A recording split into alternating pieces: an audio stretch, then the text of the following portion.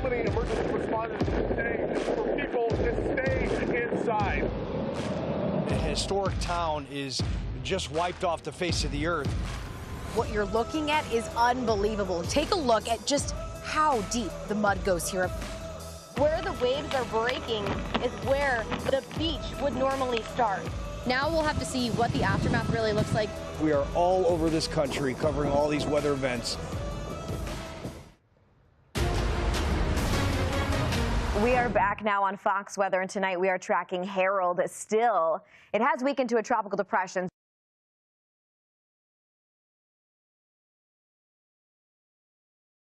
Signs of weakening, that's a good thing, but remember, moisture, it's going to continue to work its way, and in this case, westward. So we'll talk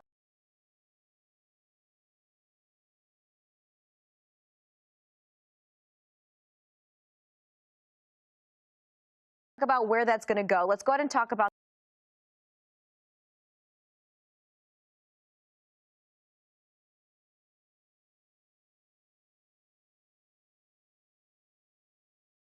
this landfall that played out earlier today, 9:50 in the morning Central Time, as we were tracking it here at Fox Weather. That was the official landfall. But remember, those impacts, the rain, those outer bands and the winds, those started picking up last night when Bob and I were with you. The landfall was Padre Island, so South Texas, 50-mile-per-hour max sustained winds, tropical storm status, really intensifying overnight. And the pressure dropped down to 998 millibars. So yesterday you were watching this whole thing play out. You woke up yesterday morning.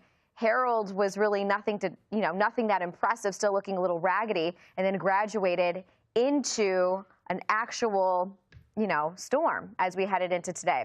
Estimated rainfall quite a bit. We talked about the rain moving in, moving out, but a band of intense rain really setting up over Corpus Christi, an estimated 4.34 inches, so really helping out with the deficit.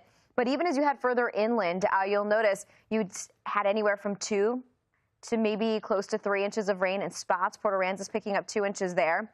This is look at some of the wind reports coming out of this afternoon. Now, the earlier report of 63 miles per hour, that was from this morning.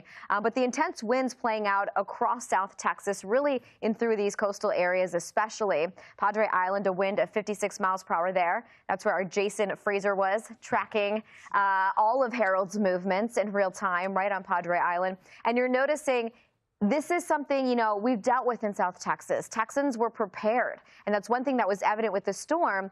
They knew to hunker down and be safe. Look at the history here of storms heading across South Texas. Within this area, you had most recently Dolly back in 2008 that at one point was a Category 2 storm, and most of these weakening a little bit as they continued. But notice the movement, moving out of South Texas into Mexico and eventually into the desert Southwest. All right, Southern California, it is still trying to recover from a tropical storm Hilary. Firefighters in Cathedral City had to think outside the box when it came to rescuing these residents from a senior care facility. In fact, they used a front-end loader to lift the elderly to safety after the roads were inundated with floodwaters and heavy mud. Leading that operation was Cathedral City Fire Chief Michael Contreras. Fox Weather's Ian Oliver spoke with him earlier today. Chief Contreras, I know this has been a busy and I'm sure stressful run for you. Thanks for being with us on Fox Weather. You and your crews rescued more than a dozen senior citizens using a bit of a unconventional method. I think some eyebrows raised when everybody saw this video of the folks riding in the front-end loader. What was the decision? We mentioned that you had to think outside the box. This is a place where you don't typically deal with tropical moisture generating problems like this. No, you're exactly right. The amount of rain, we had about a year's worth of rain in 24 hours, which complicated things. We usually don't get this type of rain this time of year. But yeah, what the pictures you're showing with the front end loader, we were running out of options just due to the dynamic of the elderly patients and the multiple threats of still moving mud. We had gas leaks in the area. And so we really had to put our minds together and get everyone, including the operator of that heavy piece of equipment, who committed to the rescue, and he did a great job. Yeah, What's it like for you as you're organizing these efforts? Crews typically don't train for something like this, and you're in a scenario now where folks were literally cut off in their communities. How do you execute a rescue operation like this? Yeah, you know what? It was really all hands on deck. We at the point that before we went to here, because you initially in the fire department want to look at what's safe. Can we do this safely? And I'm not aware in my 34 years of anything as far as putting bodies in there, right? That scoop is meant for dirt, not for bodies. And so, you know, when we came up with the plan, I brought all the company officer captains together and I said, hey, this is what I'm thinking, because we're running out of options. And I said, what are your thoughts? And we just talked it through of how can we make it as safe as possible for us and probably more importantly for the residents. And you see some of them covered in sheets. We got them put on the protective devices. So we made it as safe as we could. And it was a team effort. It was all the men and women of the city and the heavy equipment operator and the owner of the equipment. Yeah, a job well done to you and your team. This was a very unusual system and the impacts that it generated across your portion of California. We know the cleanup, the recovery will be days and weeks, but I know all those folks very... What makes a trip unforgettable? You'll know it when you feel it. Make memories with Get Your Guide. Unforgettable travel experiences.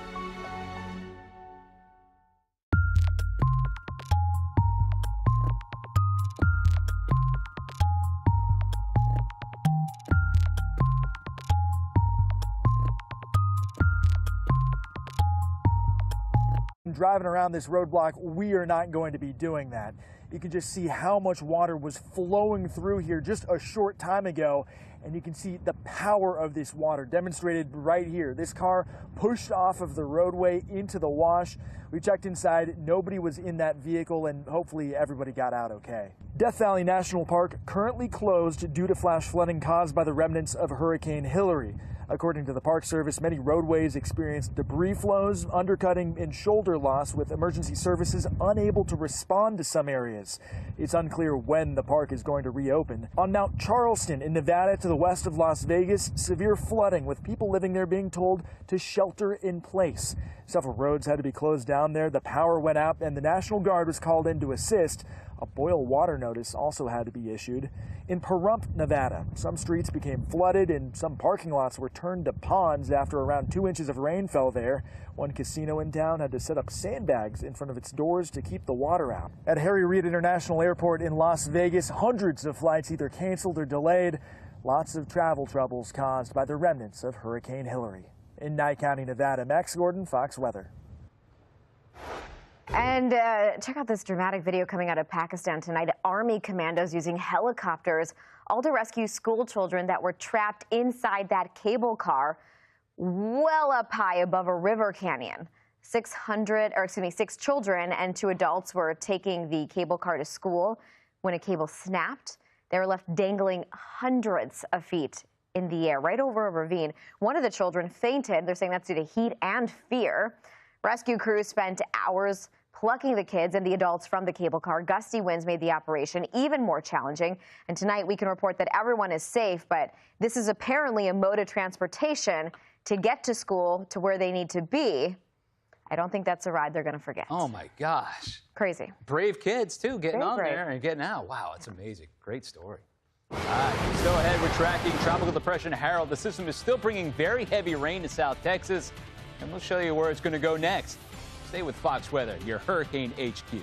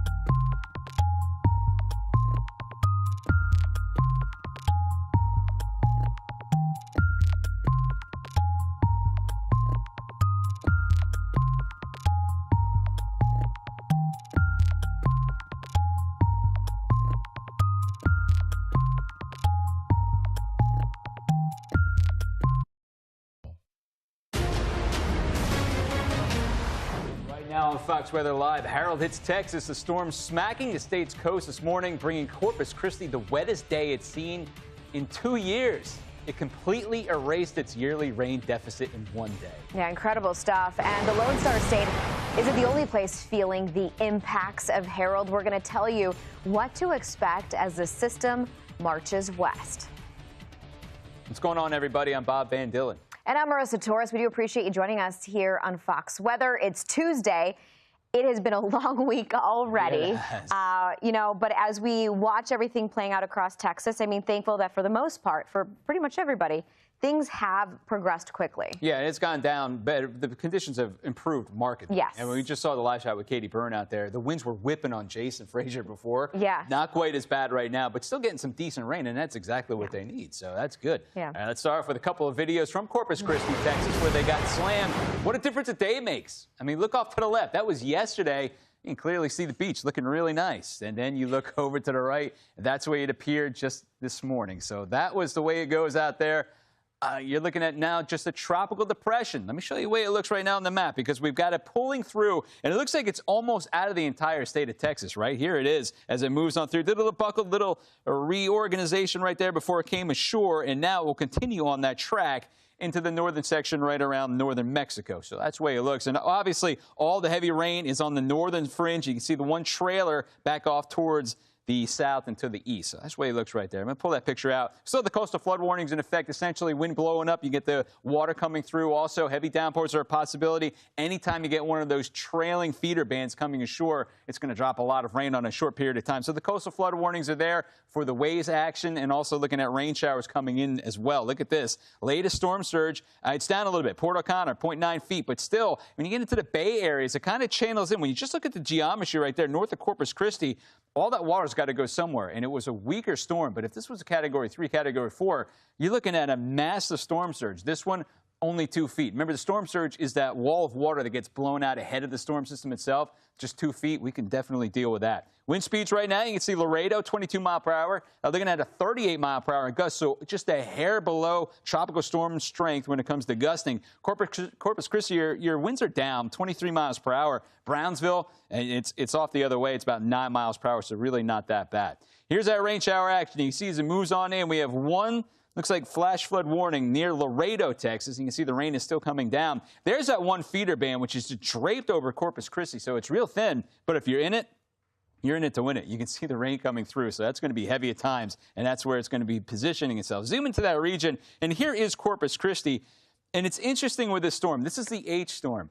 I spent Hurricane Harvey, which was 6 years ago, in Corpus Christi, as that came in as a Category 4 near Rockport. This one came in South Padre. This one was 130 miles down to the south, but its winds were only tropical storm force strength. The one that it retired, Harvey, 6 years ago, had Category 4 strength. So it's interesting that the H storm that replaced Harvey hit Texas again this year. It's just interesting to see. Look at the rain showers coming through. That's across right around the border. You can see it with a flash flood warning in effect. 2.2 inches of rain so far in the last 12 hours. But if you look at the yellow shaded right here, that's where you're seeing that 3 to 5 inches worth of rainfall. And really, that again is probably going to be the legacy of this storm. It's going to be the heavy rain. All right, Fox weather meteorologist Jason Frazier was on Padre Island when the storm made landfall today. I was watching him get beat up the entire afternoon. He filed this report.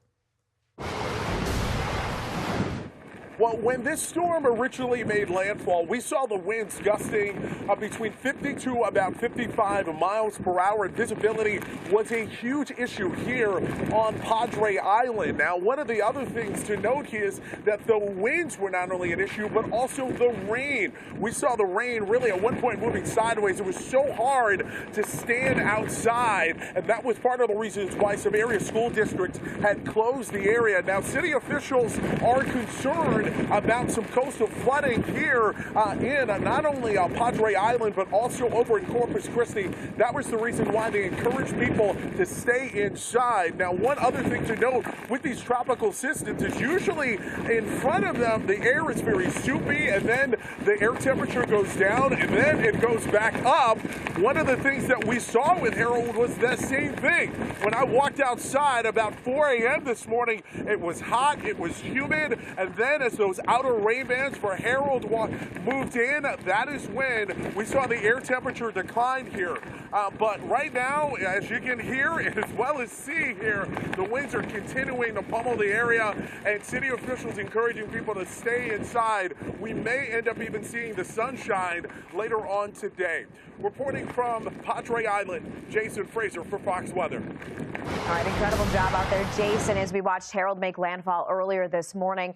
We do want to continue to watch where that moisture is going to go because it is going to spark some flood concerns as it continues to head westward with the moisture specifically. So again, it is Tropical Depression Harold continuing to weaken, and eventually you're just going to see this area of moisture get funneled up into the desert Southwest Southern Rockies. As of now, it's pushing into Mexico, but we are again expecting that moisture to cross back into the U.S. Now, for the flood alerts in Southwest Texas, this is going to be the situation through tomorrow night as the moisture continues to move westward. And you're noticing right along I-20, portions of I-10 that include Fort Stockton down towards Marathon. That's where we have the flood concern. I was actually reading the National Weather Service chat out of Odessa and Midland, and it said, we got to talk about heat, but I know all the chat. Everybody wants to know about the moisture and where that's going to fall. One of the reasons being is because we need rain out in this area, but also as we saw in Corpus, it's going to drop those temperatures, and some of these temperatures in Southwest Texas are going to stay in the 70s for the day, which is a huge relief for this part of the country. So flash flood threat that extends into New Mexico, Arizona, Utah into Thursday morning, and you follow the moisture and you see why.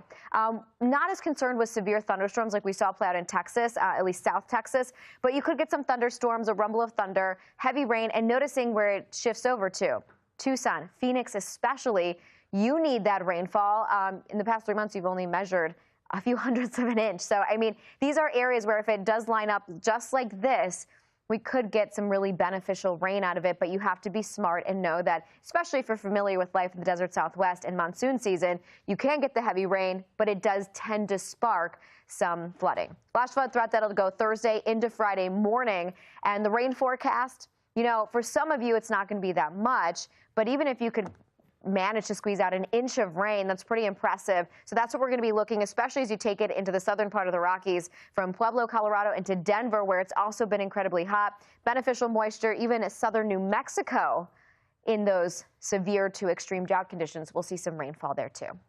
So here we are, we're looking at that, and the rest of the Atlantic starting to heat up. Remember yesterday we woke up and there were like 3 spots we had to watch with the names, and then we had a couple other areas of disturbed weather. But so far, so good. It's just been this one Harold with all the rain showers have been coming in. It's been strong for sure. Let me show you the rest of what we're watching, and I think the one that's of most concern is this tropical storm Franklin. But the good news is, I can tell you right here, the last time we had a report, it was 50-mile-per-hour winds. Now it's down to 40, and the reason why, look at all the upper winds just taking this thing and shearing it apart, which is good. If you're trying to find on the satellite picture a low-level circulation, it's hard to do. I think they're saying it's right about here, but you're looking at thunderstorms blowing up on this side. You got more thunderstorms over here, and it's just not consolidating, which is great news. You don't want to see that happen because you can see the direction it's going right up towards the Dominican Republic and Haiti. So with that in mind, got tropical storm warnings in effect. The southern coast of Haiti, all the Dominican Republic coastline. Puerto Rico, no watches or warnings, but then it hops over the Hispaniola and gets into Turks and Caicos. You guys are under a tropical storm watch. Here is the path, and it will continue to move up to the north at a pretty good clip, and then overnight tonight gets into the middle part of the land, and then, well, gets across the Atlantic, but it kind of drifts around because there's not a lot of steering flow going on right here. But the National Hurricane Center does think it's going to turn back into a hurricane, or into a hurricane initially, with 80-mile-per-hour winds. And that's going to be within the next 4 to 5 days. So you're looking at that. The main deal with this, it's the rain, the flooding. It's all mountainous right there. You have 10,000 feet mountains when you talk about the Dominican Republic island right there, that region in Hispaniola. But look at this bullseye of rain, still picking up a lot of it. And you're talking about maybe 10 to 15 inches worth of rainfall, and that could cause some mudslides. Obviously, the river rises are going to be out there, too. As for the entire region, you can see what it looks like. Those are the mountains. Look at the 10,000-foot mountain range, and the wind goes right up those mountains, and when that happens, it condenses out that air even more, which means it rains even harder up there, and you know where it goes, all downhill and filters right across all the rivers. So that is going to be an issue, at least for Hispaniola, for the next couple of days. When the rain starts later on this evening, it looks like it finally ends by early on Wednesday. Marissa. All right, and now let's go back to the West Coast. As you know, hit hard by Tropical Storm Hilary. Well, this is dramatic new video of an Alaska Airlines flight trying to land in Orange County during that storm on Sunday night. The landing gear, well, apparently it failed. At the time, the airport reported heavy rain and winds gusting to 10 miles per hour. Visibility, that was down to 2 miles. That means pilots couldn't see the runway until they were about 900 feet above the ground.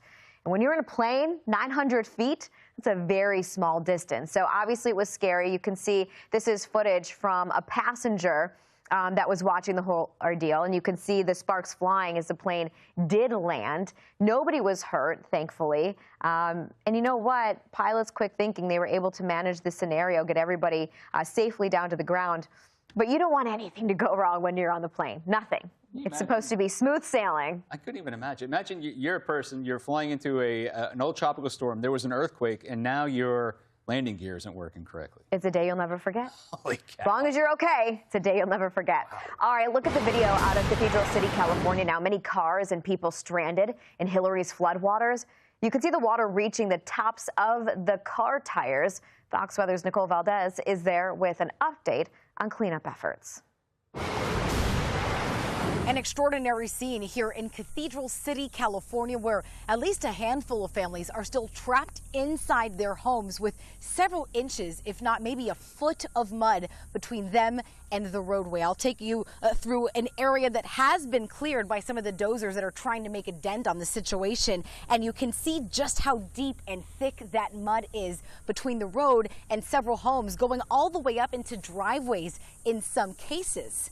It's a very interesting situation, one that those who live in this community say they have never seen before, despite several other flood events. Now, the bulldozers today hard at work trying to clear as many roads as possible, really trying to scoop up as much of this mud as possible and move it over into the nearby desert area. But yesterday, they spent a lot of their time using those same front-loading forklifts to help rescue people, at least 50 that needed to be helped out of their homes in order to not find themselves trapped in there for what could be several days. You saw at least 3, if not 4 people sitting in the front loaders at a time as they tried to make their way out. Today, Palm Springs United School District has announced they will continue to keep schools closed for at least the next 2 days, recognizing that several families are just unable to get out of their homes or navigate roads that still look a lot like this. And all across the Coachella Valley and Palm Springs areas, there are so many roads that remain shut down that really intersect with those washes that were the biggest issue on Sunday afternoon at the height of what was Tropical Storm Hilary. So the after effects of the torrential rain and historic rainfall totals for the California desert here still being felt by dozens of people here today. In Cathedral City, I'm Nicole Valdez, Fox Weather. Still ahead, our team coverage of Tropical Depression Harold, it continues. Storm tracker Mark Sudduth capturing dramatic images from Harold in Texas today. He's going to join us next and talk all about it.